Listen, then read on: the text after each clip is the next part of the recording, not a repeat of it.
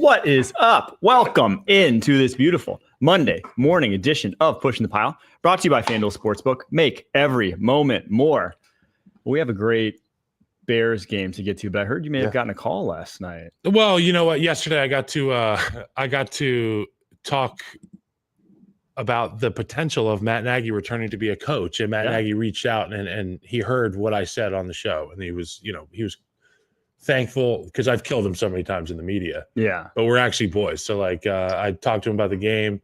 It was fun to talk to him about that. And I said, hey man, I threw the FaceTime up. I started stretching the old shoulder, showed him that I could jump a little bit. I was like, if you need any help over there, he kind of laughed me off the call. He was like, I think we're going to be okay. But I just wanted to say, hey, thanks for supporting me. So, that was really sweet. Your segment on Tops yesterday, talking about him as one of the top 10 coaches. Dude, I mean, great. He's a great coach. Mm-hmm. You want to talk about people that come from trees of great coaches. Like there aren't many guys that come from the Andy Reid tree.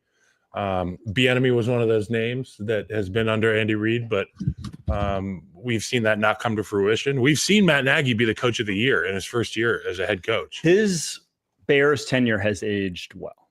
Yes, and the last few years have made it look, like you said, it's aged well. All right, one team that's not a return to Chicago for Matt Nagy. Wow, that would be hilarious. That one's happening. One team that hasn't been aging well so far this season is the topic of our first off the ball segment. The Dallas Cowboys could not have been more of a, just say, embarrassment for what they did yesterday. It's glaring. Their fifth straight home game in front of those Dallas fans where they've been down 20 or more points. They lose 34-6 in this one. That's obviously dating back to last year's playoffs and that brutal loss to the Green Bay Packers. But not only that, not only the rough start to the game, you have CeeDee Lamb complaining, rightfully so, about the sun in his eyes, costing them a touchdown at the end of the first half. Well, I mean, look, it's hard enough to play against your own body in terms of father time and feeling okay. And then you throw into it, there's 11 guys trying to stop you from doing your job. And then you throw into the fact that sun is in your eyes. You literally can't see the football. It sucks. It sucks for those guys. I've seen this happen a number of times. CeeDee Lamb, Dak Prescott, that throw over the middle in that afternoon window is just not there. And he said, I would 1,000% have curtains. I don't blame you. Jerry Jones, put the curtains up. You're already $2 billion into the stadium. Like, what's another 200,000? Yeah, I mean, it's probably gonna be a little bit more than that. Go to Target. They got great blackout curtains. I got kids. I got to put the blackout curtains on the windows so no light gets in the morning. Same thing, Jerry. Tint the windows. Get it in bulk. It doesn't seem that difficult. And again, it did cost them a touchdown in that game.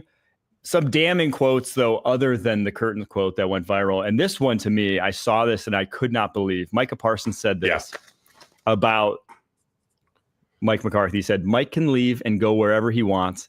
Guys I kind of feel bad for, guys like Zach Martin and guys who might be on their last year or on the way out, because that's who I wanted to hold the trophy for. You want to win games and do great things for those type of legends who put in more time and work than Mike McCarthy ever did. Those are the kinds of guys that I have so much sympathy and hurt for. Now, there's two sides to that quote. And does he have the correct sentiment here, Mike? Yes, he does. When he says, look, I'm a player. These are my peers. Zach Martin is going to be a Hall of Famer. I want to make sure that he has an opportunity to win some big games. They haven't. And I think the point he's making about Mike McCarthy is he will have a job next year. Zach Martin, or any NFL player for that matter, doesn't know if they're going to be home during football season next year or on a roster. And for Micah to say that, it tells me a few things. Number one, he has an appreciation for some of his elders. Yeah. And two, they're done. They're done in Dallas. They've been done. They are going to be turducken by Thanksgiving. And the guys on the team are, trying to make sense of it. And they're trying to give perspective on this thing. Here's the thing. This is a quote that does not occur if you have a Mike Tomlin, a Jim Harbaugh, someone who has control of that locker room with a personality that guys can rally behind. Direction. Correct. So that point first. Two, I agree that it's not as bad as maybe it sounds, but it is still bad in that you just don't say things like that if you have a team that, again, has direction coming from the top that players believe in. If they believed in the coach, they would not even be saying things like that. He's almost relegating McCarthy to being gone at this point, which is an unbelievable thing for one of your star players to be saying at the midseason point here. Now, we are in a new generation of players. True. Where a guy like Micah Parsons and a guy like C.J. Stroud in Houston, they have a platform that goes above and beyond the fact that they are all pro level football players. They have the podcast. They do it during the season. We've seen it from a number of Have you ever guys. listened to his podcast before? I think they're actually really good. Well, it's just him like talking shit. He talks shit to other players, guys he knows from around the league. But when you become comfortable expressing your opinions on a platform like that, it becomes easier to have loose lips in the locker room. And I'm glad I didn't do podcasts when I was playing, because I would have been even looser in the lips than I was. And I talked too much probably when I played. But for a guy like Micah, who's a leader in that locker room, that carries a great amount of weight. So now every other guy in that locker room is like, well, I guess Mike's on the street now and Zach's done and we're cooked. Yeah, exactly. That's the message. That's the message right there, is that your best player is saying that it's over. Yeah. He's basically relegating to being over. And well, on the outside looking in, it is over. They're 3-6. They're slated to draft 11th overall. Likely now with Dak Prescott on IR, that's going to creep up towards the top 10, especially with the way they've been playing lately. Yep. They haven't drafted the top 10 since Zeke Elliott, 2016. It's crazy. It's been a while since the Cowboys really bottomed out, and it looks like they are doing so this season. Now, we're going to take a quick break, get to all the games from the slate after this. Welcome to JJ's. I'll have a... Wait, there's no way I can get a burger? No chance. But you can have the NFL on CBS streams live on Paramount+. Oh, hang on. There's a toy. Lions, Texans, Sunday Night Football. Start right there. 26-23, one of the biggest comebacks of the season. They were down 16 at one point in the second half, come all the way back to win it. The Jake Bates 52-yarder, was it? As time expired, he had a 58-yarder. Yep. A few minutes prior to that. Tying and game winning. But this one he was shaking. He was trembling like a leaf on that last kick, buddy. I almost tweeted out like his breathing patterns are a little irregular right now. Somebody check his heart rate. But then he drills it. I mean, right upright, left upright. The next kick he did was going to split the center. This one felt more like the Texans losing it, though, than the Lions really coming back and winning it. I don't think they did anything super impressive in the second half. The Texans' offense was just abysmal. You see it right there. 5 of 13 from C.J. Stroud, 68 yards, 2 picks, and they were 2 bad picks. This is a loss that we've been saying, C.J., but whether it was O-line, whether it was working with some bad receivers, that it's hard to put some of his struggles on him. Those second half struggles, in my opinion, were on C.J. Stroud. The first pick, you just can't throw that quick out with a rolled up flat corner who's flat-footed. And then the second pick, he's wide open. You're rolling out of the pocket. He sees him, takes a while to plant his feet, and then overthrows him. And a great play. In that situation, when you see a guy that wide open, you don't set the feet. I mean, maybe you do, but then you have to put it towards the back corner of the end zone. But in my opinion, you just fling it. As soon as you see that, you fling it. If you would have done it without setting the feet, that's not a pick. That's an easy touchdown. He's standing still in the end zone. But because he did all that and because he led him back into coverage, Carlton Davis able to make a play on the football. That was it right there. That's a touchdown. There should have been a touchdown. Should have been game over in that moment. And it was not, and actually going back the other way. Tells me so much about this Detroit Lions football team. And, Yes. I obviously picked this group. And I picked him early in the week before Taylor Decker went down in practice. I picked him even though I was expecting Nico Collins to be on the field for the Texans in some capacity. C.J. Stroud started the game off hot, and I give this offense credit. They shuffled around that offensive line, and it was clear to me and the broadcast that C.J. Stroud was feeling more comfortable behind this unit. Joe Mixon couldn't get it going all day. They were relying on C.J. Stroud and his ability to find guys and make guys get open. And this Detroit Lions team, they were pissing down their leg the whole first half. Oof. I mean, Jared Goff throwing the football all over the yard, lack of efficiency, things that are uncharacteristic of him and this football team. Next thing you know, you go in the locker room and you have to rely on what I'm imagining to be a Hall of Fame level halftime speech by Dan Campbell, because this team went out there from the very first kick in the second half and found a way to get back in this game, scratch, claw, fight, to give themselves a chance to have a chance at the end. I got to give a hats off to Ben Johnson in this one for a number of reasons. But I think the biggest thing is they're down by 16. It's the third quarter. That's, it's a 2-score game, but realistically, 3-possession game. That's a 3-possession game. We would say And he's still running the football, still calling play action passes. Yep. He does not abandon the game plan that he knows has worked all season, that will work. He just knows we need to put together drives. I don't need to score right away. I don't need to conserve the clock. I need to score, though, on these drives. And the last touchdown drive, they called 3 straight play action passes to get it into the end zone. It's like those are things that bad OCs, lesser OCs will abandon in that point. Lesser OCs will panic in those situations. He did not. I looked this up after watching that game because I was like, just the Lions and their screen game I've been so impressed with, especially their wide screen game. Highest EPA per play on screens in the entire NFL this season. Number 2 is the Bucs. Number 3 is the Ravens. That's kind of a good litmus test of if you have a good OC or not. Can you design a good screen game? Well, it's also the big indicator there is, do you have a right tackle that can run downhill and get out in space and get guys blocked? Okay. I like the external offensive elements that Ben Johnson is implementing. We saw the toss to the right look good with Penei Sewell out front, but they tried to go toss again. It was 2nd and 8, I believe. Do you remember the sequence when they went toss to the right to Jahmyr Gibbs? He got tackled for a loss and knocks him out of field goal range almost. They end up getting the long field goal from Bates. Yeah. That could have been the fatal mistake in the game. You have the opportunity to run between the tackles, get some chunks there. One thing you can't do is lose yards in that situation. You can't take a sack and you can't have a TFL. They went TFL like 6 yards there. So that was almost a fatal mistake. That was the only thing I disagree with about Ben Johnson. Well, they did, and then they settle for a 52-yarder at the end, which, like, those two situations, in retrospect, we could have been like, if they miss one of those 6-point swing right there. Because a 52-yarder and a 58-yarder are no easy pickings. I don't care how good. For a guy who's going through puberty, essentially. Exactly. Right, so those were two situations where it's like, And good on him. Clutch kicks. They got lucked out. Huge. But I do have to just go back to this Houston Texans team and their offense. Joe Mixon, 46 yards on 25 carries. There's the lowest output of a game for a running back with 25 plus carries since 2013. Wow. I must have been playing O-line in that game, 2013. It was actually the Buccaneers. A real shit. Doug Martin had 45 yards on 27 carries, which I cannot believe. I need to go back and watch that tape, what that has to look hamster. like. 45 yards on 27 carries is unbelievable. Actually, Shady McCoy had fewer in the year prior. He had 38 yards on 27 carries, which I need to see that tape. I wonder if there's like a minus 15 yarder in there, because if you're just pounding couple cutbacks that went south. Has to be. Amon-Ra St. Brown, huge. David Montgomery, some really huge runs. And, Collinsworth was talking about how this guy, Amon-Ra St. Brown, is the safety blanket, and you get the engine for this offense, and you can really feel it.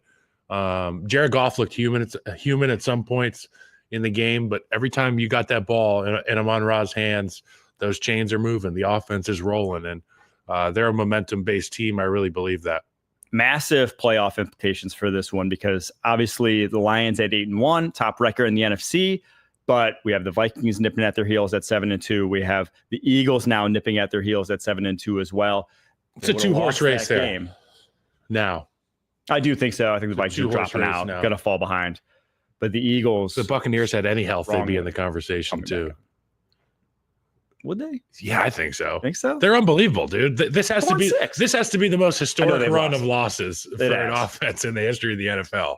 They battle every week. We'll get to that, because one team has had the most historic run of wins of any team in the NFL right now, and it's the Kansas City Chiefs. Ooh. 16-14. They beat the Broncos at home on a last-second 35-yard field goal blocked. Look at the slow-mo on this. Leo Chanel over the left tackle there, 54. The fact that he bull rushes and then gets a full leap. So here's the problem. Run it back. Here's the problem. As a guy who's been number 54 in this situation, can you pause it for a second? What they tell you here at the tackle and the tight end position is take as many as you can and die a slow death. This is an honorable job. This is that guy took a guillotine, dude. This is the samurai. This is like the samurai job of all samurai jobs. Like, you must die with honor at this position. And one thing he doesn't do, he doesn't take the Chiefs down with him. You're supposed to get a little piece of that V, and you yank down. They go to reach. Next thing you know, you're face to face with these guys on the ground. You made the field goal, but they didn't. They didn't get him on the ground. Chanel able to regroup, triple extend, get all the way out there and make this field goal block. Unbelievable. This is destiny right here. It is kind of insane that you look at both him and I believe that's Karlaftis behind him. Yep. They're like mirror images of each other. Yes. That ball would probably hit Karlaftis in the head. I do think it was a uniquely low field goal here from Will Lutz, too, for a 35-yarder. Yep. Let's get that up a little. Let's loft it up. He's going 7-iron. I need at least a gap wedge. But Chanel is deep in the backfield for a run-of-the-mill field goal that you just can't have happen, man.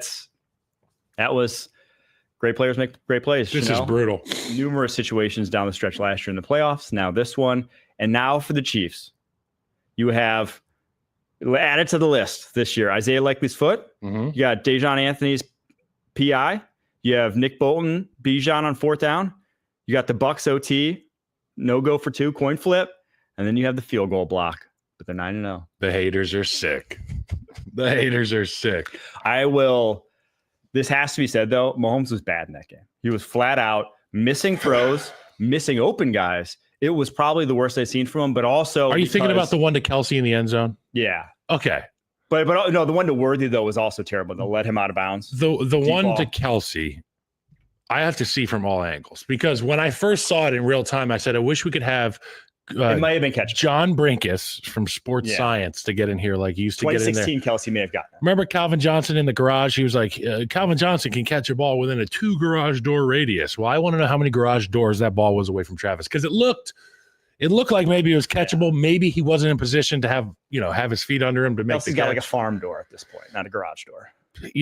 But I mean, Travis is the best to ever do it. So I hate to even, question that, but it just looked at in the moment. I was like, it looked catchable, but I don't know. 76 career receiving touchdowns, ties Tony Gonzalez yesterday for the Chiefs record. Who am I to question 87? I do think though that Mahomes felt the blindside pressure even when it wasn't there. It's a problem. It was atrocious, truly. I mean, truly one of the worst games I've seen from an LT all year. Reps where he wasn't even touching Nick Bonito. There was a sack. With a chip. Yes. A sack where he didn't get a hand on him, I don't think, just ran the loop. Yep. And it's like, you can't win with that. I remember coming off of breaking my leg when I was a Chief. And when I got back, it was like November, and they put me at scout team right tackle, and I had to go against Frank Clark every day. And it was against the silent count against Frank Clark. If you know anything about Frank Clark, he's got an incredible jump off the ball. That was kind of the mode I was in, where I was just chasing a rusher who got to my hip. That's where Suamataia got to yesterday a lot with losing the battle to get off the ball. I don't see any explosion off the line of scrimmage from him. It's like he comes out of his stance, but he doesn't come out of his stance. And then he's trying to play catch up throughout the whole rep.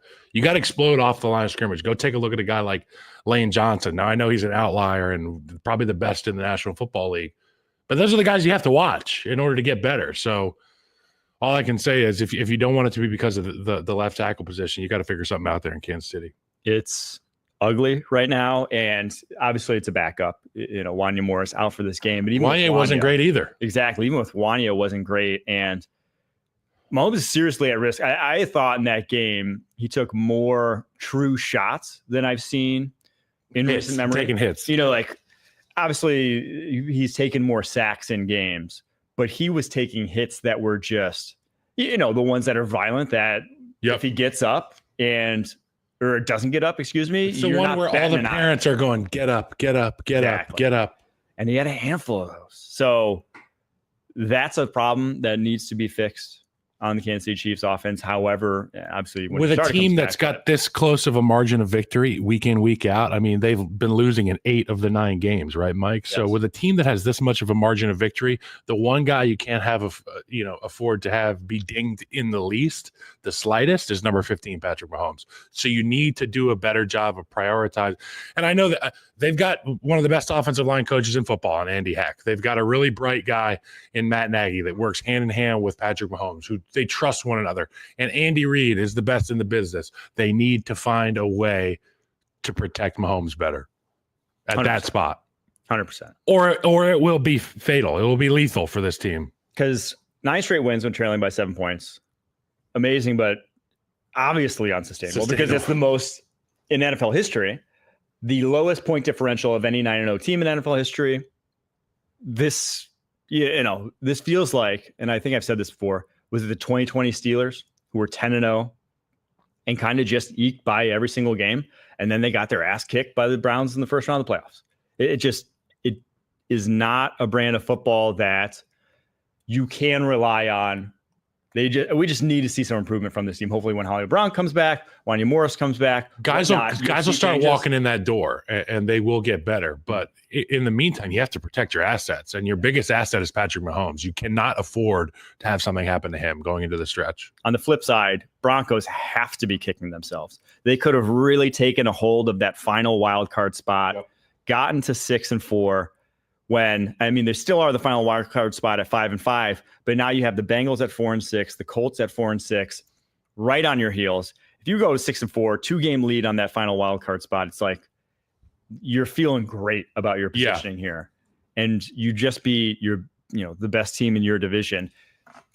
You're playing with house money probably the rest of this road here, but now they're going to have to regroup. And now I do think they still make the playoffs because one, we saw this defense playing lights out football, and two, Bo Nix is playing great. He's balling. I mean, he truly is. He outplayed Mahomes yesterday. He certainly did. And the only reason they didn't really run up the score was because they really sat in the ball in the second half. I was kind of disappointed with how good he looked that second quarter when they're throwing it and when they're working the ball down the football field. Three straight drives that put him into scoring range, 2 touchdowns, one that was a field goal. And then the second half, they just come out, run, pass for like 3 straight possessions, just really sit on it.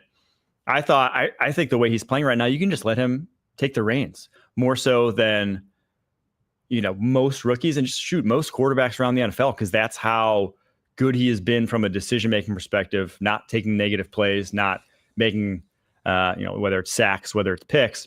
So we'll see what they do down the stretch. They got a big game against the Falcons this upcoming weekend at home. I still don't think with their remaining schedule, Raiders, Browns, Colts, Chargers, Bengals, Chiefs, it's going to be an easy run for them. Gun to my head right now, I'd say they probably don't make the playoffs. They blew their chance against the Chiefs. I mean, they had them where they wanted them. And I understand that Patrick Mahomes is the best in the history of the NFL. He's 19-14, down 10+ points in his career. It's the best quarterback win percentage in the history of the National Football League. Sean Payton's got to know that. Sean Payton's got to know that and understand that we're not playing. Sit on a lead. We're not playing against Spencer Rattler. Okay. We can't play with a 1-possession lead, 1.5 possession lead, and get conservative. To your point, I want to see Bo Nix pull the daggers out and try to get a kill here. Put some venom in that defense, like we saw in the first half. Continue to be aggressive, stay on the gas pedal. That's how you can take a team out of this game. But we've seen it so many times with this Chiefs team, not only historically with Patrick Mahomes, but this year in particular. They find a way to stay in games and come back and win. All right, let's get to Steelers at Commanders. Steelers go on the road, eke out a 28-27 victory over the Commanders. Truly, though, they were in control of this game. They should have. They had some mistakes that led to Commanders points. They had a number on this Commanders offense made really difficult for Jaden Daniels. Probably the best I've seen anyone really contain him all season, which is crazy to say because, again, the Commanders still scored 27 points. Yeah. And still were very close to getting the ball in their hands with a chance to score at the very end of that game, were it not for Johnny Newton jumping off sides. But this was a game for the Pittsburgh Steelers on the road against a team like the Commanders to go and win that game. This is like a stamp saying we can win in the playoffs. I know that people have been slow to say they're for real after the Fields to Wilson change, but I have not. I think this team is legitimately right there with the Chiefs, Bills, Ravens, that they can, if the ball bounces their way. Yeah, tough team that can muddy it up and find a way to get through the playoffs points and get to the Super Bowl. And they've got a real winner on the outside with George Pickens. Yes. And now you add Mike. He's absolutely batshit crazy. He is insane. And I feel like we talk about him every week, and it's comedy. The guy just finds a way to do hilarious shit week in, week out. The interception, he immediately goes to fight the receiver who became a blocker. And Mike Sanders he took him down by the DB neck. became a blocker, and they just started fighting. That happened to me once. My rookie year, we threw a pick against the Buffalo Bills. Mario Williams became a blocker. Not the guy you want to fight. And it was exactly like Pickens and Sanders still. Like it was just two guys fighting and not being aware of the football game. That's always fun. He is, but he had that, and then he had the screen pass. Yep. Or just I think it was just like a Swing. Yeah. Now route that he jumps and stiff arms the DB in one motion. He jumped up. And He's a cartoon character. He is. He truly is. And then the catch he had in that game was one of the best catches all season. Just flips his body to the opposite side, brings it in, completely contested. And I can't, you know what? I can't help but think about the New York Jets when I watch this group. Okay, because the New York Jets, they did everything they could to go get the quarterback that they thought would give them a chance to go to the playoffs. The Steelers have been bitching about the fact that they don't have a real quarterback all season. They've got two guys. We start Justin Fields, throw Russell Wilson in there. And then who's the guy that helps Russell Wilson out yesterday? It's Mike Williams, the guy who's still recovering from getting hit by a bus from Aaron Rodgers earlier in the season. I'm happy for Mike Williams. I'm happy for the Steelers. To your point, they are a competitive bunch. They're a tough team, and they're really well coached. At the end of the game, with an opportunity to put the game on ice, it was third down, and then it becomes fourth down at the end of the game. The Commanders, they needed to stop. They got the Pittsburgh Steelers to fourth down. You can see Tomlin on the sideline say, line up in the offense, and you can see him say, do not snap the ball. Do not move. I want to know why the same thing wasn't said to the Washington Commanders. I know it was a rookie out there, but you got 10 other dudes on the ball who can say, hey, Jaden Daniels, who had a Hail Mary 2 weeks ago, has the opportunity to get the ball back here, bud. So let's just, hold your water. Don't jump off sides. Give us a chance. But no. We can't do that. You have to know the situation there better and know who you're playing against. If this is the Lions, if this is a team that's Lions could go for it. They could go for it. This is a team in the Pittsburgh Steelers that is historically conservative, that you don't have any timeouts. There's a minute 2 left. And if basically they can punt it away and say, go into field goal range with a minute 2 left. Good luck. No timeouts. Good luck. Or put it all on that. And if don't get it, you're at your own 49, or excuse me, they're at Washington's 49. So just right at midfield. Midfield. They don't get it. 1 first down and you're in field goal range. So that they have to punt it, or there's no play. They're punting in that situation. I do also blame coaching, just saying, like, whatever you do not jump. We'll go. I would rather you get your ass blocked for 5 yards than jump off sides and cause us to lose this game that way. Correct. So tough end. Commanders, I'm not too worried about. Obviously, Commanders tough team. Commanders are sweet, dude.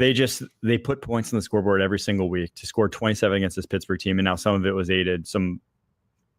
They had some turnovers in that game that got them in scoring range. But there was a Phoenix Suns team in the mid 2009. I think it was like Amari Stoudemire, Steve Nash, all those guys. They would score 130 points a week or a night, and then they would still lose some games. It's like you can't score enough points if you're this Washington team. Exactly. Steelers, though, I think they're for real, man. I do. I put them, everyone is on this Ravens train of they're the team to beat after the Chiefs, that they're the scariest team for the Chiefs. I think the Steelers with their defensive line right now, especially, and now we'll see what happened with Alex Highsmith and his injury. Looked like a pretty rough ankle that he had. Preston Smith ain't Alex Highsmith. Let's be real about that. Looks prescient in retrospect that they traded for him. But if Alex Highsmith is healthy and he's going up against Kingsley Suamadi in a playoff game, the Chiefs are in trouble. Yeah. They just are. All right, last game before we take a quick break here. 49ers at Buccaneers. 49ers win 23-20 despite their kicker missing 3 field goals on the day. I think I texted you. I was like, dude, the 49ers kicker's huffing salts before every kick. He's on tilt. You don't huff salts before kicks. Well, the long snapper's got to huff some smelling salts because he almost got choked out by our guy Debo Samuel yesterday, which, that was uncalled for, Debo. So he missed a 49, a 50, and a 44-yarder, did Jake Mooney. But then he hit the game winner as time expired. 44-yarder, had him off punting that one as well, which is not really on Jacob Cowing. His guy got blocked into him. Everything was kind of breaking the Bucs' way. It felt like one of those games, whether it was the Rams game earlier this year, the Cardinals game earlier this year, that the 49ers lost. If they would have lost this one, truly an uphill climb. They would have been in real danger of not making the playoffs. Brock Purdy, bowling. Okay? Still playing well. Brock Purdy is just slept on week in, week out. We got to give this guy some love, okay? He was 25 for 36, 353 yards, 2 touchdowns, 0 picks. On the road, off a bye, Happy for him. And also, I loved what Shanahan had to say to Moody in the locker room after the game. He was like, that was a courageous effort there after all the things that you went through in that game to go and find a way to make that field goal. And I like that Kyle Shanahan gave him his time of day. We mentioned it on Thursday. I didn't think it was going to actually happen this week, but Christian McCaffrey came back. Oh, yeah, in a big way. Didn't quite look like himself as a runner. He was gassed. Okay, he's not in shape right now. Not quite in shape. 39 yards on 13 carries, but he caught that ball up the right sideline. Yeah. He caught that ball up the right sideline, and they showed the solo cam on him after that play. He was so gassed. He looked like a guy in the first week of training camp, like who just got done with a long drive drill. So he's going to need a few. He's going to need a few weeks, but big to have him back. Huge, especially his work in the passing game, which they just didn't throw. They just couldn't throw to guys like Jordan Mason and what's his face, Isaac Guerrero out of the backfield. I have to give a shout out though to John Lynch and what he did in this draft. You look in this game, Ricky Pearsall going off. He looks great. Dominic Puna, we've mentioned a bunch. Malik Mustafa, we've mentioned a bunch. But Renardo Green has been awesome since entering the starting lineup in week 6. Has a big PBU in this one on a double move that he came back into the fold on. And then Evan Anderson, I believe he was UDFA or maybe a 7th rounder, DT. Making some plays in the middle of that defense. This rookie class, in terms of what they got versus where they got it, best in the NFL so far this season, by far. And I don't even think that's a debate, the returns they've got from this rookie class. Yeah, and it's always nice to draft guys highly and get returns on them and have star players, but it's even better than that to get guys that are solid players from those deep rounds. That's where you get tremendous value, and you can start to see a roster have depth and character and culture. Well, I maintain that the 4th round is where GMs, you just look at the track record of 4th rounders. That's where you can see if you're getting guys that can play on an NFL football field and don't look out of place in the 4th round consistently, and a lot of GMs do. Those are the GMs that are good drafters, because that's when, the guys everyone knows. It's not obvious. Have been taken over. Exactly. The guys that everyone has heard of. It's really just jockeying for position in the top 32, the top 50. You look at boards throughout, the draft world, a lot of them, you're going to say of the top 50, I'm guessing 40 to 45 guys are the same between most top 50s. But once you get past the top 100, it's all about where you are slotted, and then it becomes the ocean of unknown of just what are these guys. Yep. And some people just do not, for the life of them, get back in the 3rd round, top of the 4th, can't hit picks to save their lives. Who's the best? Who's the best at that? 49ers not. I mean, look at who John Lynch has gotten over the course of his tenure from just later round picks: Fred Warner, George Kittle, Dominic Puni. Now we're seeing he's gotten some real deal guys. At that, Dre Greenlaw was like a 6th or 7th rounder. Yeah, he's gotten some awesome players at that point in the draft. Talanoa Hufanga was a 5th rounder. Yo, that George Kittle catch back in the end zone, friggin' that's sick too. Dude is such a beast. I mean, I'm excited to see, because no Brandon Ayuk, he's not walking through that door, but Juwan Jennings and Ricky Pearsall, darn good receivers. Jennings especially. On a 3rd down, you need that guy to just run an out and in, move the chains. It's like automatic, and he's so physical at the catch point. Getting him back is massive. He led them with 7 catches, 93 yards in this game. So 49ers, they still feel like they can't quite get out of their own way. Still feels like they're not the 49ers we saw last year. But with Christian McCaffrey back, I think they're getting close. And not dropping this one was massive. They don't lose with Christian McCaffrey. When he's in the lineup, the playbook opens up that much more for Kyle Shanahan. And their offense just becomes that much more dangerous. And there's a reason that he's the guy that everybody wants to pick in fantasy. And you can line him up anywhere on the field. He can run it. He can catch it. He can block. He can do anything. Christian McCaffrey, it's good to see you back, bud. They obviously lost that first time around to the Cardinals. They're a half game back of them. Week 18 this year, they go to Arizona. That's going to be an awesome game. Let's hope. I love when stuff's on the line in week 18. And hoping that division's still in. Kyler Murray, perfect day yesterday. We'll get to that one. We'll get to a guy who didn't have quite a perfect day. Me? Right after this. If you love football, this is the best time of the year. This is as big as it gets. The stuff of absolute dreams. Patriots at Chicago. Win 19-3. There was a game yesterday? As 6.5-point dogs. There was. And if you blinked, you may have missed it because it went quickly. Very first shot back of the game. Let's pull up this clip. I want to talk this through because I flip on the all 22. It was the first game I watched, I believe. And I saw this play and I'm just like, oh, this is bad. He's in and a bad actually, I remember, spot. and Dan Orlovsky actually highlighted it this morning too. This is the very first drop back, play action pass. He's going to DJ Moore. You get a nice run play fake, good line of scrimmage here. Wide open pocket. And now DJ Moore doesn't get the best of releases, but you see him looking at it and he comes off of it about right here, right before he's got a break. He comes off him. That's when you got to stay locked. And he goes to the second read, Keenan Allen, when his check down's wide open in front of him, wide open in his vision. Keenan Allen. And again, he could put this throw on the left side of the linebacker if you like to, lead Keenan Allen out into some space. You see that. I mean, It's not a great window, but it's an NFL window where he's breaking to the inside. If you put it inside of him there, Keenan Allen goes and gets it. Turns that one down too. And while DJ Moore is breaking wide open at the top. So you have three guys who were open at some point on that play. Caleb stands about 4 seconds into this play, takes a sack. 9 sacks yesterday for the New England Patriots. And watching that game, it wasn't great, Chicago offensive line, but this is not in your O-line. That's not on the offensive line. That's not in your O-line. And numerous plays like that, I didn't see a discernible difference between the play of the two offensive lines. I actually thought that in terms of pure pass protection, that the Patriots were probably worse in that game. You just saw one quarterback not getting his eyes and timing lined up to the concepts consistently in Caleb Williams. And one who, when stuff broke down, he just found answers. He was going to getting the ball out of his hands, not always completing it. I mean, Drake went 15-25, 184 yards, 1 touchdown, 1 pick. The pick was pretty ugly. It wasn't a great game from Drake May, but he found answers when he needed to. Caleb didn't. 16-30, 120 yards. Those 9 sacks, like you said, numerous, not his fault. Now, wasn't all Caleb's fault. They pretty much every time that Shane Waldron tried to scheme something up, whether it was a screen, whether it was a speed roll, which he had 2 speed rolls in that game that were just disaster calls. No one was open to save their life. So like anytime they tried to do a little wrinkle that was, what I would call a schemed up play, it didn't work. And that's always going to be difficult to move the football when those plays aren't hitting. But also Caleb Williams it was poor quarterback play. Flat out.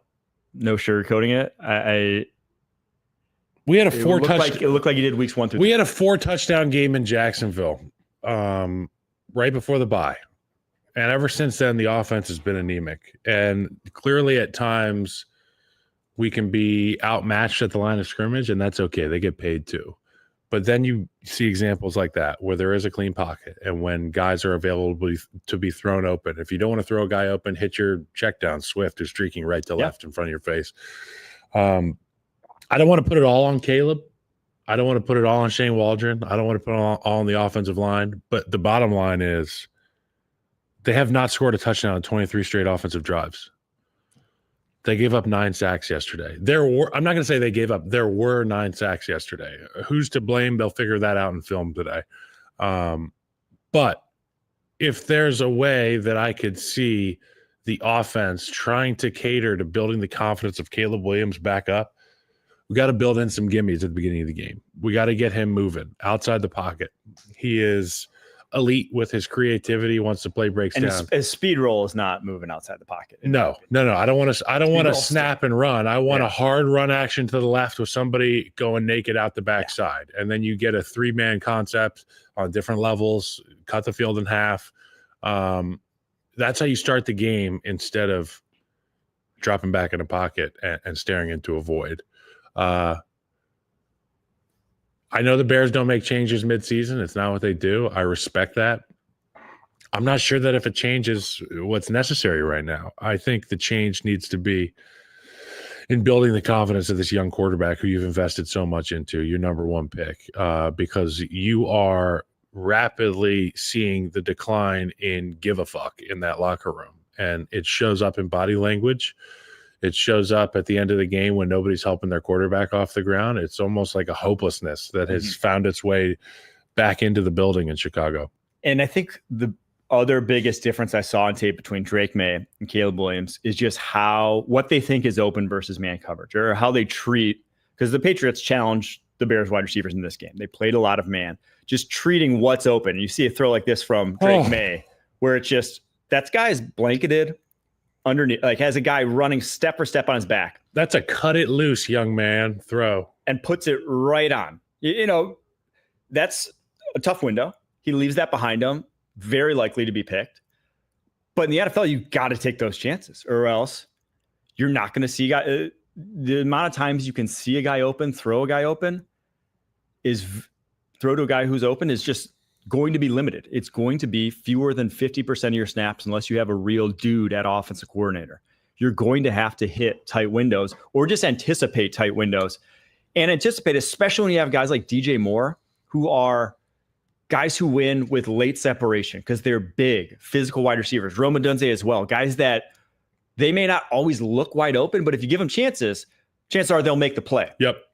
So the more you can give those guys chances, and we saw in the very first clip there from Caleb, it's like if you would have just let DJ Moore get to the top of his route with maybe a less than favorable release, but he's still a 215-pound wide receiver going up against Marcus Jones, who's 180. He's going to create separation at the top of his route when he does break. So wait, you have a clean pocket, wait it out. It's man coverage. You see it. He's going to create that space. That's what has to change. And again, especially when he doesn't have Tyreek Hill, Jalen Waddles. He has bigger physical dudes. Yep. You got to wait. You got to throw those guys open. He's just not right now. It seems like they're afraid to mess up on offense. You know, he's gotten to the point now where he sees something, he doesn't believe that it can be done. Mm-hmm. And he turns down option one, he turns down the check down, and then next thing you know, he's in scramble drill and there's a sack. I still believe in the guy. Obviously, I've been pounding the table for Caleb Williams for quite some time now. I think he still is the guy for Chicago. I have my blinders on as it pertains to the other rookie quarterbacks. Bo Nix played really well yesterday. Obviously, Drake May got the win. Jaden Daniels took Pittsburgh down to the wire and what I thought was a first down by Zach Ertz. And we are anemic offensively. And it's just Groundhog Day in Chicago. And I hope they figure it out because I think they do have the right guy at quarterback. And again, we said this before the season, we've said it the last few weeks, this was the end of playtime in Chicago. It gets real now.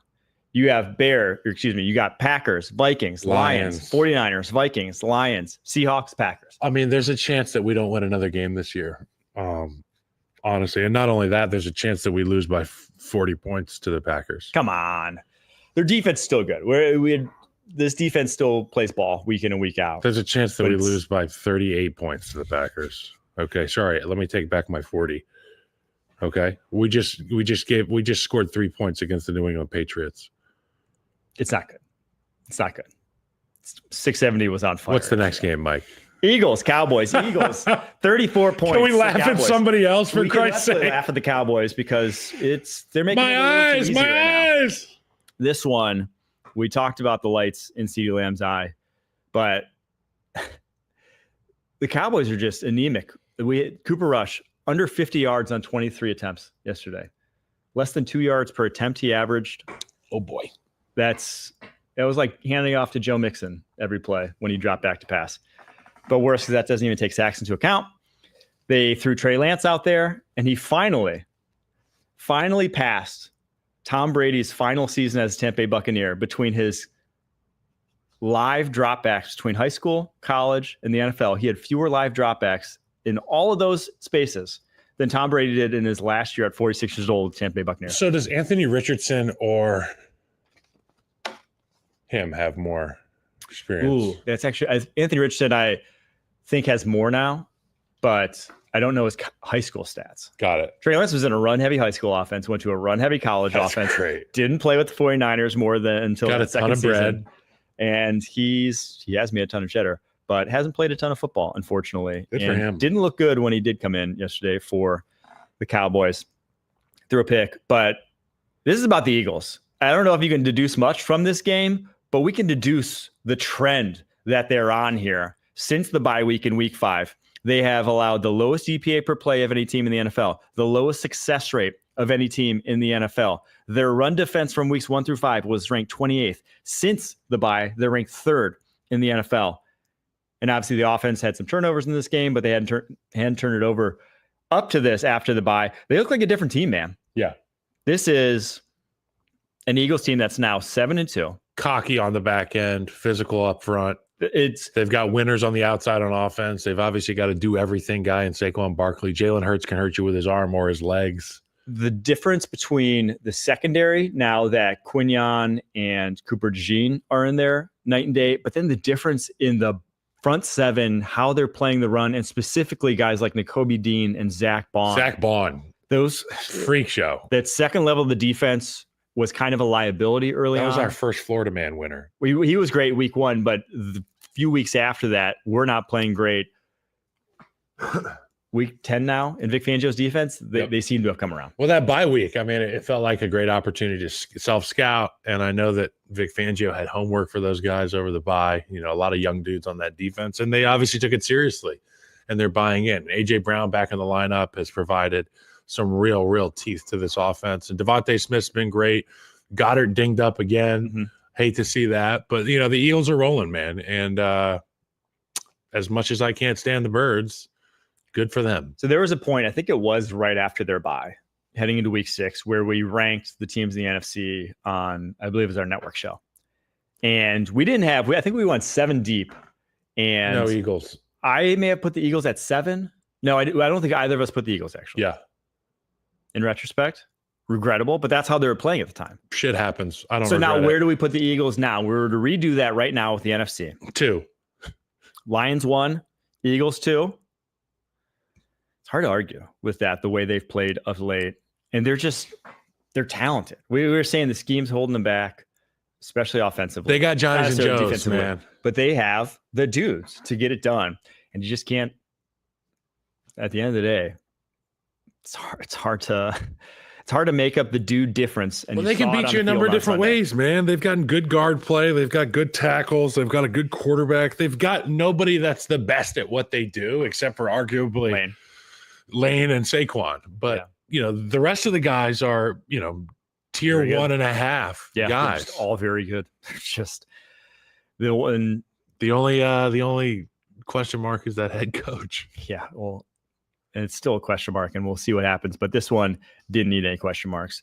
Eagles win going away, and it's hard to argue. I think they're playing like the second best team in the NFC right now, and have just as good a shot as anyone of winning that conference. They're so loaded, and their drafting of late has been.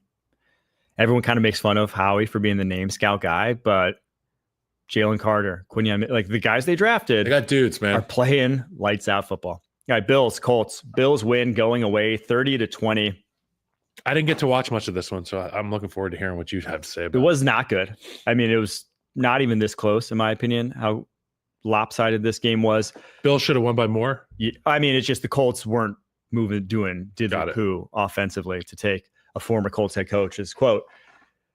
Joe Flacco under duress. No Bernard Raymond this game at left tackle. Matt Goncalves was a speed bump, I think is a polite way of putting it. Was that Vaughn? He was not good.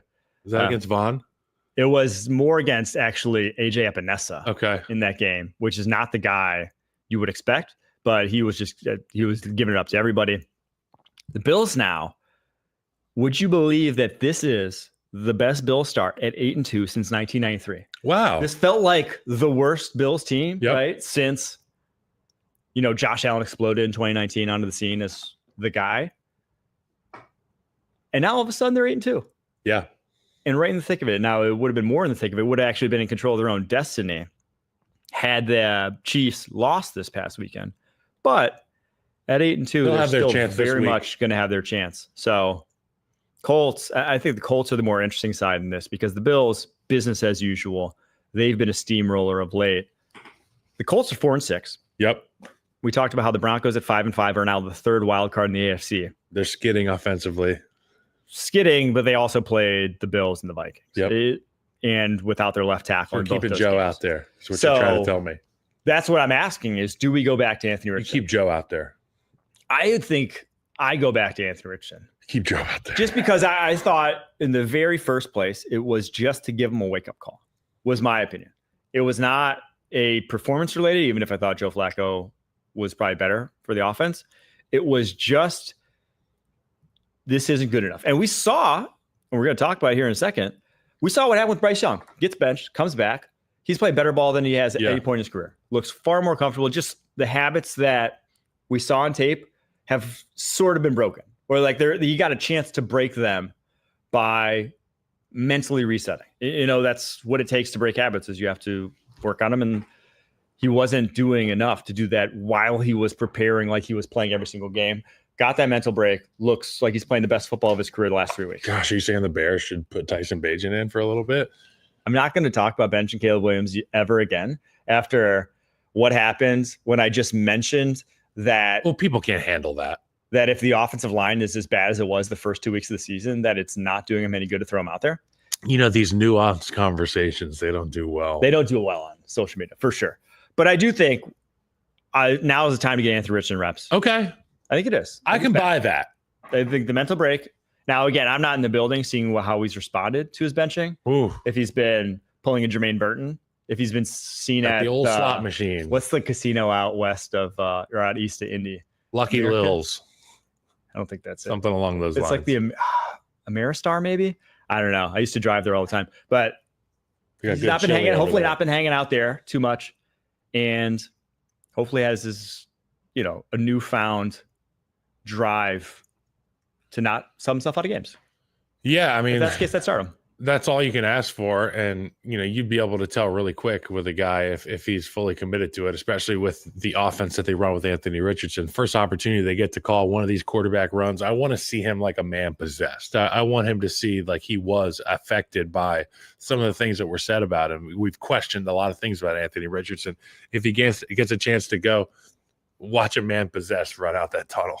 Because the Colts have a real shot here. I mentioned how difficult the Broncos schedule is going into the barn here. The Colts have a much easier go of it. Jets at New York, home against the Lions, at the Patriots, at the Broncos, home against the Titans, at the Giants, home against the Jaguars. So you have some dubs in there. You have 1, 2, 3, 4, 5 games against the dregs of the NFL right now. Teams with 3 wins or fewer. Teams who are just, already playing for draft slots. Just teams. That's 5 games. That gets you to 9 wins. You take all those home. Then you have your chance to beat the wild card team right now in the Denver Broncos. So there's a golden opportunity in front of you if you're the Colts to make the playoffs. I don't know. I think I start Richardson. We'll see what they do. They were 1 game out of the lead going into that Houston game a few weeks ago. Yeah. Which was Anthony's last game, right? Mm-hmm. But then it was Vikings Bills. I didn't understand. I just, no spring chickens there. I hate the back and forth thing. It's like, pick it, stick with it. But you make a good case for Anthony Richardson. All right. Falcons at Saints. Saints upset their division rivals a week after firing head coach Dennis Allen. I didn't see it coming. Me either. You didn't see it coming. I don't think Saints fans necessarily wanted it to come, if we're being honest, because now they're kind of playing their way out of some draft situations. But it's maybe a little too early to be looking towards that. The Rizzler, their new interim coach. They got by the Rizzler. That's the effect of the Rizzler. People tried to warn me about the fact that this interim head, I love when people explain to me about an interim head coach bump. And I'm like, hey, I get it. I've played in the league. I've been around this shit before. I did not expect this to happen for the whole game. I expected the Saints team to come out motivated at the beginning of the game, but I expected the Falcons to, build on some of the things they do offensively and pound this team for 4 quarters. 1 for 4 for Younghoe Koo. Younghoe Poo. Younghoe doo-doo in that game. Honestly, speaking of poo, 1 for 4, you get tipped. That's why it's a Rizzler game. They tipped 1. So the Rizzler had a real impact there. Speaking of poo, though, Darren Rizzi said he clogged the toilet in the head coach's locker room when he got to the stadium. That's TMI, bro. And he thought it was going to be a crappy day. It was too much. I didn't need to hear that. I didn't need to hear, I went in the head coach's bathroom and, down there in New Orleans that he's really going to town. Not good. Usually they got that industrial strength stuff. But stadium toilets flush hard. Yeah. They can't mess around. They can't. That's big doo-doo. They can't. Those are big dudes rolling through that. Yes. Those aren't a 400-pound man. 350-pound man doesn't just take the same size shits as your normal human. No, and also you just have to account for the cheek size. A lot of cheek. The Rizzler. Crappy day to start, nice day to end. It seemed like, you know what? The guys were happy for him. Cam Jordan, I saw him talking a little mess on Twitter. Good for him. Veteran, got his first sack in a win yesterday. This feels like, though, so the Falcons, it seems like they've been on the opposite end of every single game like this.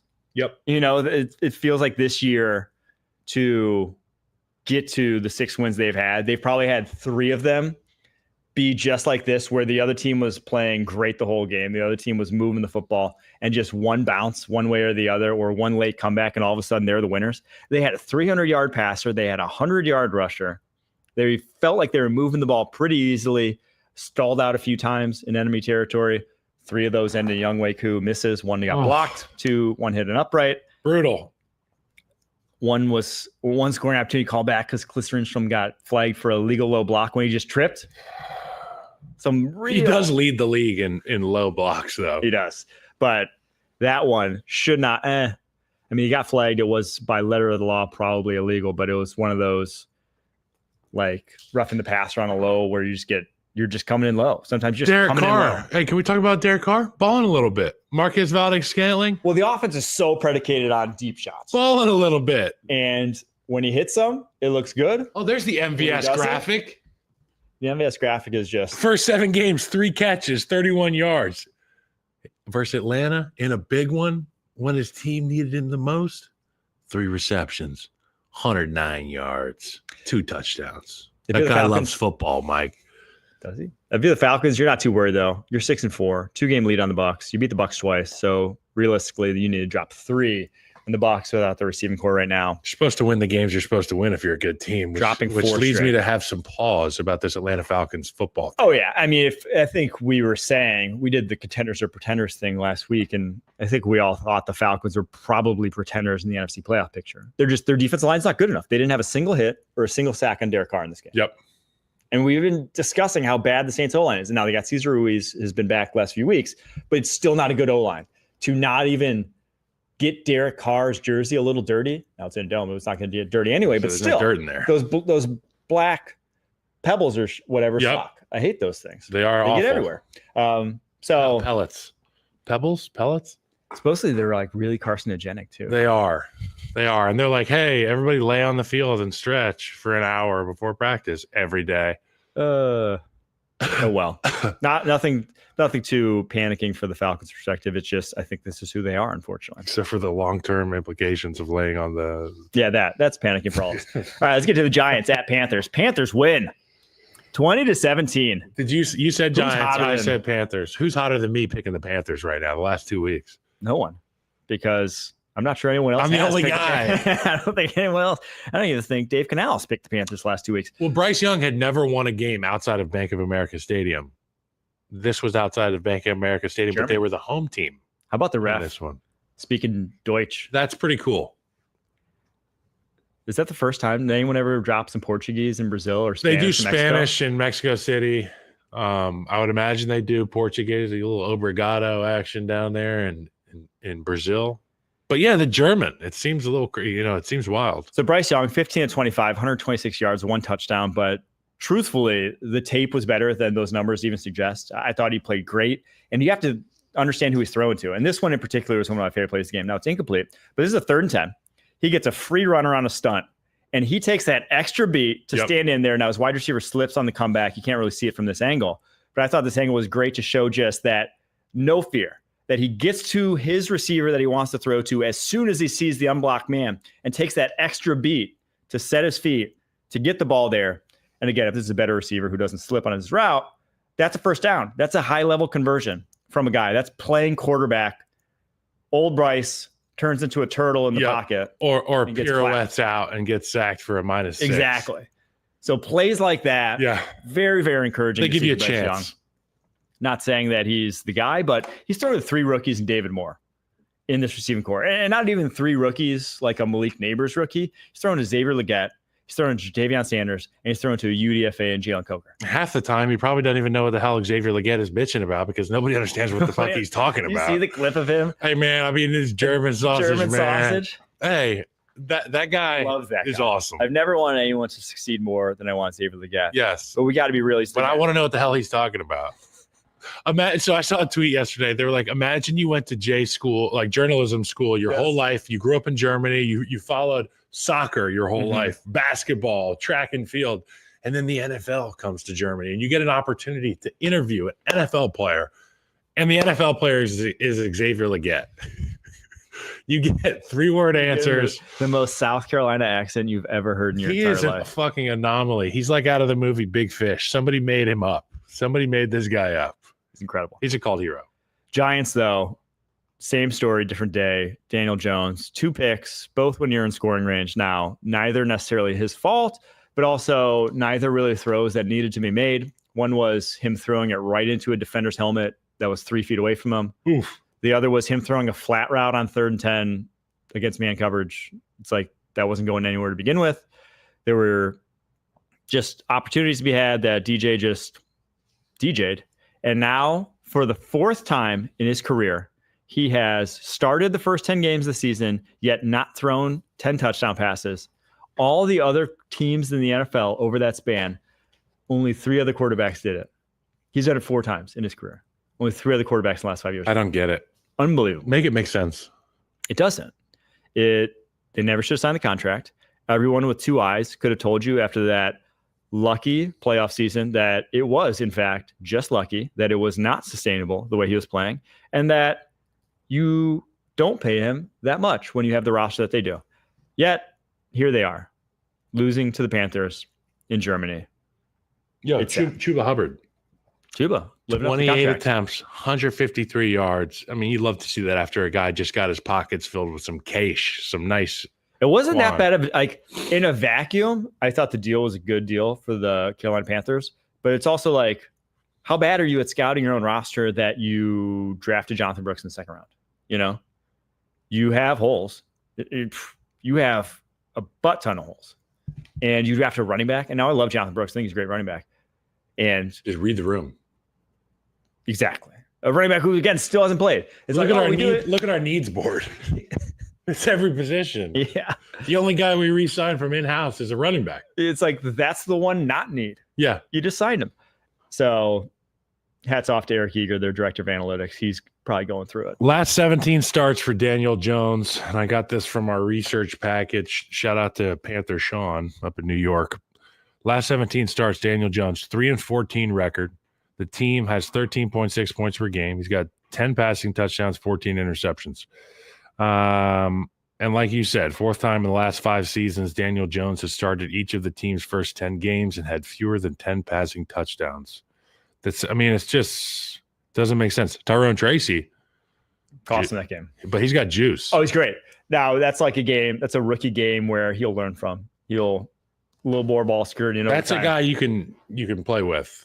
But he is electric. I mean, that's a guy if we were to redraft right now. So he was a receiver, and they moved him to running back, and he just figured out how to big receiver, big slot receiver. It was kind of like Antonio Gibson. Antonio Gibson was a slot receiver at Memphis. Last year, switches running back. People were like, oh, shoot.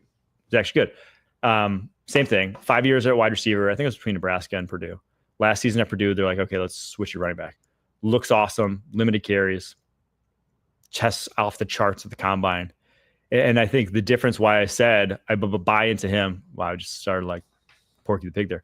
But buy into him is that his vision's actually good. Antonio Gibson's vision was always ass since he got to Washington. It was like the stuff he was running at Memphis. He was running like fly sweeps and stuff. It's great in space. Couldn't read. Yeah, you're not leverage pressing linebackers. Couldn't read the leverage of a defender to save his life. Tyrone Chase can and does at a really high level. So very encouraging just what you've seen from him. Games like this where he fumbles, if that becomes a thing, you start to worry. But at the moment, I think the good definitely outweighs the bad with him. First play of overtime, though. Oh, yeah. Maybe he got the call. I honestly thought my first reaction was, did the call come from upstairs? Hey, we can't win this game. You know, like we're at this point, we need to get a quarterback. Lay your sword down, young man. Yeah. I would love if No, I wouldn't love that, but it would be funny if it would be a good storyline. Titans. Don't tell Daniel I said this, but drop the ball when you get it.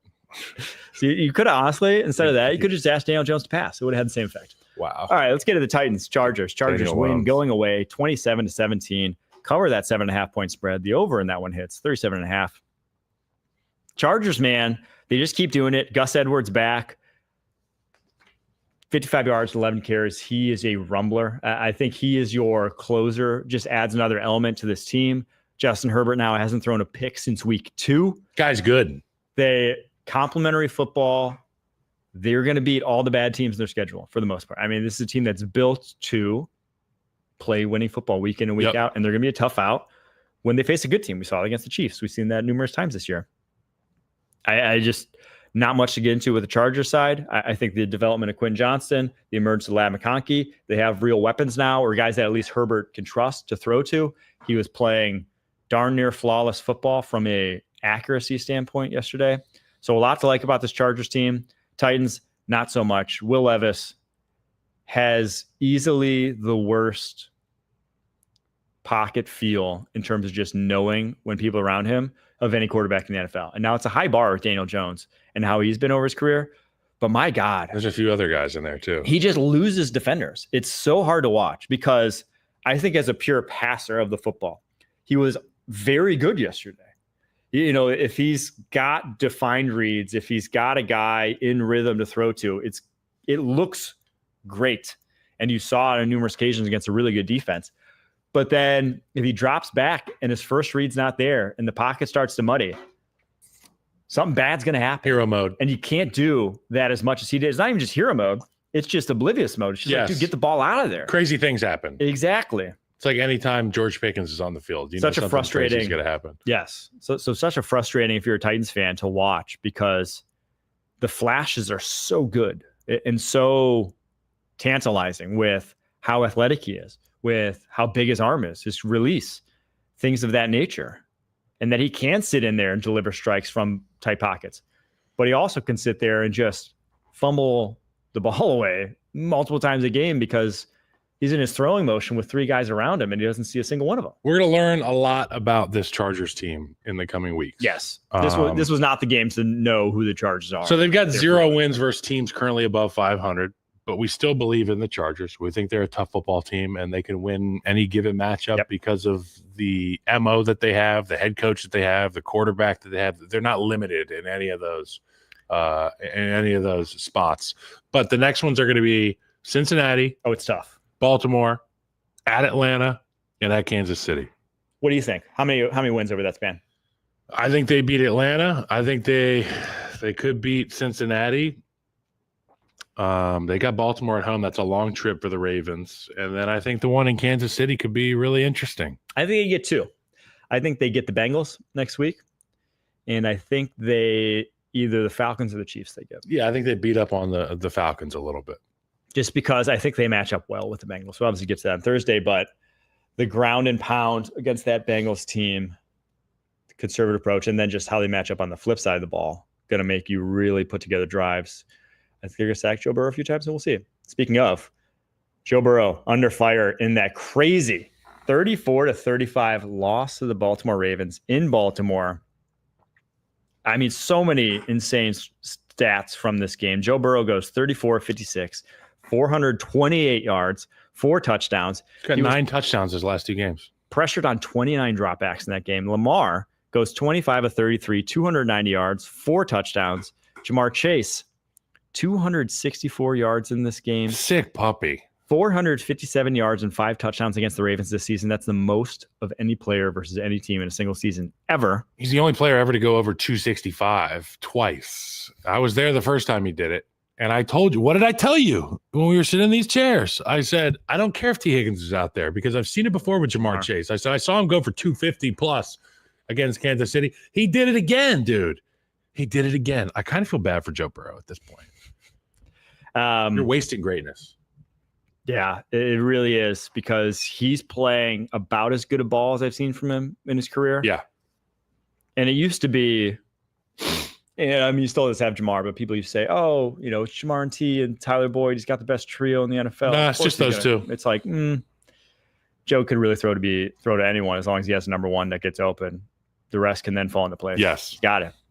So it's sad that the Bengals defense had to just fall off a cliff at the exact time that Burrow's dialed in the way he is, but they stink. Yeah. They stink. That T is just tough. But I still think they can beat anybody. What do we think of that 2-point conversion?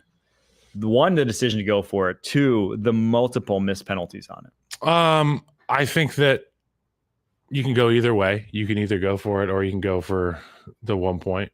And I heard a lot of different opinions. I just think it comes down to what are you feeling in that very moment? I mean, there is no wrong decision, in my opinion. I agree. I think going for it is what I would have done in that situation. Now, it wasn't quite. The only problem was there was probably enough time for the Ravens to get back and get a field goal if they really had to press and go get it. But you don't want overtime. You don't want, just from an injury perspective, at that point in the game, with how thin you are, with what you're already down, and with Joe Burrow just getting killed the way he was, you want a subjective, like I said, 29 pressures. He was getting rocked in that game. You don't want to subject him to another quarter of that. Say you even get the ball in overtime. You don't want to subject him to a couple more drives of that. That's just would have been malpractice, in my opinion. So I like the decision. But it was a hold, and it was a roughing the passer, and they didn't throw the flag on either of them. And they were both pretty egregious. Yeah, the roughing is the one that I think is the obvious one. Yeah. Well, I mean, the Gazeki, it wasn't the guy who got Yeah, but that's the to point of emphasis. I mean, these holding calls we've seen not get called a lot. One thing that we haven't seen get missed is some of the roughing penalties. That's the emphasis every week.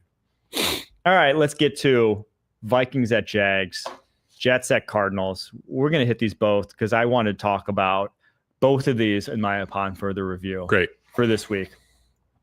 The NFL's got a problem on their hands.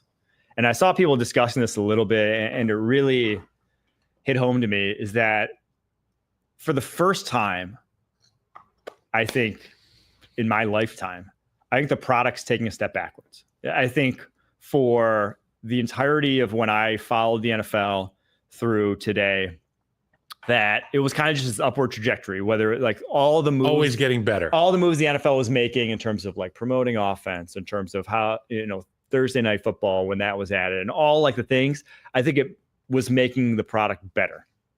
And every single season, it was like, there's like, you just get more and more entrenched. I think this is the first time where I'm like, I'm a little worried the product's taking a step backwards, whether it's between 17 games now and how many people are getting injured. How many teams are just like rolling into games with so many players on the sidelines. Shitty O-line play. Whether it's the shitty O-line play and defensive lines just dominant, and what that looks like to a viewer to see quarterbacks just under duress every single between play. haves and have-nots. Exactly. And how no preseason or offseason, and how bad it was to start the year, and just how discombobulated stuff was. And then the refs. We just said in that Thursday Night Football game that the biggest play of the game, there's 2 flagrant penalties. I mean, undoubtedly. It's like Sam Darnold in his own end zone a couple weeks ago. It's like any number of calls throughout the season. Mm-hmm. These games are being decided by referees in a lot of situations. And then the cherry on top being that you basically have to have numerous streaming services if you want to watch every single game throughout the NFL season. You can be Adam Schefter and just get the cracked streams or whatever he was watching. Meth streams. I think the NFL is actually in danger of losing people for the first time. And now it's only gone up and up. Like I said, I wasn't a doom and gloom guy back when everyone's like, Colin Kaepernick's nailing, we're going to boycott the NFL. I've never said anything of that nature until now. I actually do think the NFL has a little bit of a problem. And it's a quality thing that they could start losing fans instead of gaining them, how they have, again, like over my entire lifetime. So I'm worried. And when you watch a game like the Jags and the Vikings, Bears, Patriots, Darnold throws 3 picks. They don't score a single touchdown. The first team since 2006 where that's the case. You have the Sunday night where Goff throws 5 picks, and you have backup quarterbacks playing around the NFL because the quarterbacks are getting hurt. Yep. Because these offensive lines are getting demolished. And you see in the Jets, Aaron Rodgers just can't move. I mean, he is 40 years old and on his last legs, literally, in that game. It's just difficult to watch.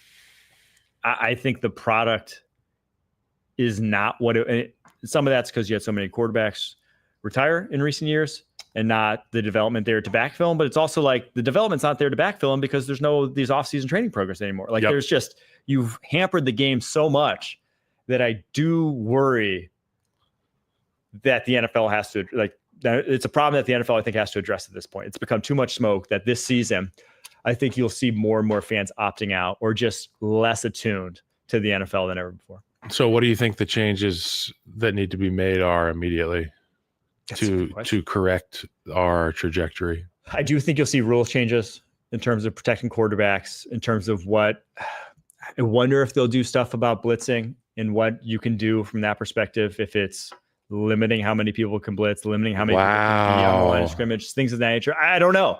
I haven't fully fleshed this out. Try to even the playing field. But I just do think there will be certain things done that, because I'm not the only one. Like, I think a lot of people are seeing this. I don't think it's like it's honestly like blatantly obvious when you watch it week in and week out that if you're a diehard fan, you're like, this is a different product. They're like, this is a product that's gotten worse. So I do think they'll see some changes. And I've heard guys like Prisco bitch about the lack of offseason, the lack of training camps. These guys don't hit anymore. They don't hit each other, like, and I kind of roll my eyes at them. But then I think about the teams that are having success, and I think about what they do in the offseason. The Kansas City Chiefs, for example, they go away to training camp. Mm-hmm. How many teams still go away to training camp? And I'm not talking about Napa Valley, okay? I'm talking about St. Joseph's, Missouri, in a dorm, like a freshman in college for 4 weeks or whatever it is. And they go beat the hell out of each other for 4 weeks. They can't wait to go play somebody else. Some of these groups, I feel like they don't have that callous. They don't have that grit that some of these other teams do, like the top of the heap teams. When I think about Detroit being a tough team mentally and physically, Kansas City finding a way to win every week. But it starts up front. It starts up front with a lot of these teams. It does not start up front with the Jets because they don't do anything up front. This is one of the most damning stats I've ever seen of the coaching change from Robert Saleh. Weeks 1 through 5, when Robert Saleh was the head coach, they were 6th in the NFL in EPA per play against, 6th best defense. Week 6 on, after they fired him, worst defense in the NFL in terms of EPA per play. That's wild. Same guys out there. I don't know. I'm not a defensive guy, but it's not good. And I think you have a point. The quality is going down there. And some of the expectations we have of some of these young players, we've had to taper those expectations down, like the development of youth. Especially quarterbacks. And skill at the quarterback position is dependent upon not only the situation you go into, the OC you get, the quarterback coach you get, the head coach you get, the defense that's playing on your behalf.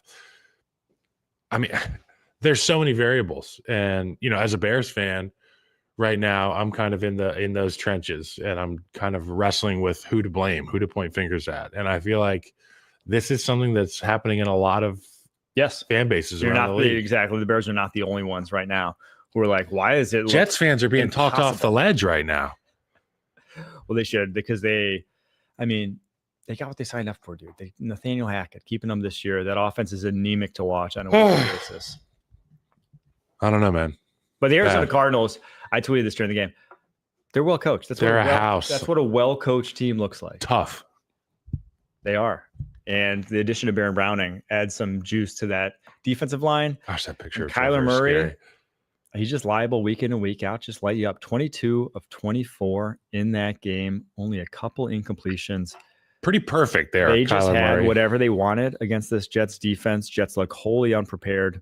And I could not believe he got up after that hit he took from Quincy Williams. He got crushed, and not only got up, it was like a no Sean Marino get up, like real quick. There was no sitting on the mat for a little bit. Well, because he did fumble. Ball came out of his hand, and he picked that up. But he got that thing. He got off the turf quick. You get hit like that, I'm gonna give you the benefit of the doubt. You can lay there for like a minute and a half. TV timeout. And you just see it like in the creativity in their run game versus the creativity in the Jets running game. They're doing different stuff. You get Trey Benson in there. He goes for 6.2 a pop. Like anyone they throw back there. This guy's a killer. Success. James Conner's a killer. Conner's your grinder. DeMercado, Benson, more speed backs. And then Kyler Murray get him involved too. There's just Cardinals team, if you're a Cardinals fan, you're excited because you're going to have cap space to play with in the coming years. You have a super young roster that, all your skill position players are on the rookie contract still. San Francisco can't pay everybody. Seattle's going to get old quick on offense, or, they're going to have to figure something else out pretty soon. Mm-hmm. The Rams, that core is not going to be there for much longer. So you got to think this upward rising Cardinals team they're hot. You really just have Kyler Murray, Budda Baker to pay. You don't have really any other guys in that roster who are commanding big money deals. When's McBride up? I think this is year 3 with him. So okay. He's got another. He's been fun. Yeah. This Cardinals team is very fun to watch week in and week out. All right. Paris Johnson on a rookie deal. That's what I'm saying. They've drafted really well of late. He really supplanted this roster. Okay. So we did build an offensive lineman last week, build a guard. One thing I would just say, body type.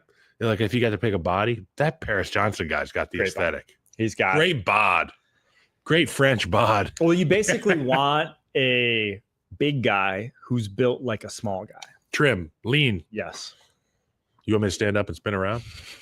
You're good. We're good. We can do that. Stand and spin.